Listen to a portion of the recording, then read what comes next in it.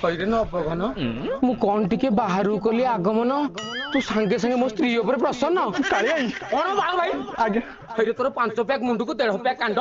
ତୁ ସିଧା ମୋ ଘରେ ପଶି ଚାଖଣା କଲୁଣୁ ବଡ଼ାଇ ତୋ ବାଳ ଭାଇ ଆଉ ତମେ ହେଇଲୋ ପର ତରକାରୀ ଖାଇ ମୋ ତରକାରୀ କଣ ଲୁଣ କମି ଯାଇଥିଲା ନା ମୋ ଛୁଙ୍କ ବାସ୍ନା ହଉନଥିଲା ନା ଆଉ ଜିରା କଳା ପଡିଗଲାଣି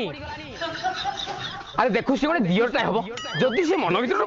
କେତେ ଭାବନାଣି ପଛରୁ କୁଣ୍ଢେଇ ନେଲା ତୁ ଏକାଥରେ ଭିତରକୁ ନାଇଁ ଆଖି ପାଖି ନ ଉଠାଇ ତୁ ଏମିତି ବଡ଼ାଇ ରକ୍ତ ବାଳ ଭାଇ ଶଳା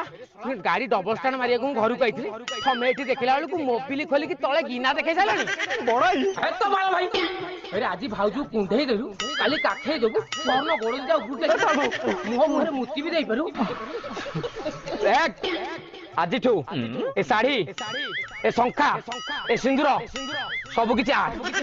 ତମେ ମୋ ପାଇଁ କିଛି କହିବନି? ହଁ ତୋ ପାଇଁ ପଦେ କିଛି କହିବି ପୋଖରୀ କୂଳରେ ହଳଦୀ ମାଖି ଯାହା ତାକୁ ଟିକେ ଆସିବୁ ଦେଖି ହଇରେ ନବଘନ ମୁଁ କଣ ଟିକେ ବାହାରକୁ କଲି ଆଗମନ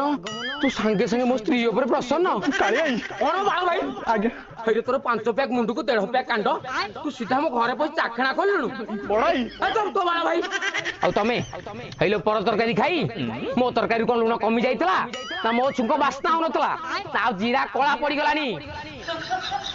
ଆରେ ଦେଖୁ ସେ ଗୋଟେ ଦିଅରଟା ହବ ଯଦି ସେ ମନ ଭିତରେ କେତେ ଭାବନାଣି ପଛରୁ କୁଣ୍ଢେଇ ନେଲା ତୁ ଏକାଥରେ ଭିତରକୁ ନାଇଁ ଆଖି ପାଖି ନ ଉଠାଇ ତୁ ଏମିତି ବଡ଼ାଇ ରକ୍ତ ବାଳ ଭାଇ ଶଳା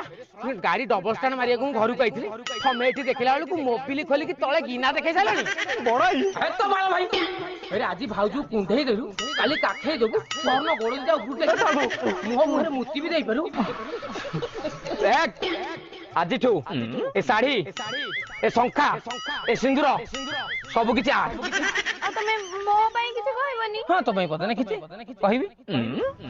ପୋଖରୀ କୂଳରେ ହଳଦୀ ମାଖି ଯାହା ତାକୁ ଟିକେ ଆସିବୁ ଦେଖି ଗଲ ଦେଖିବାକୁ ଗଲ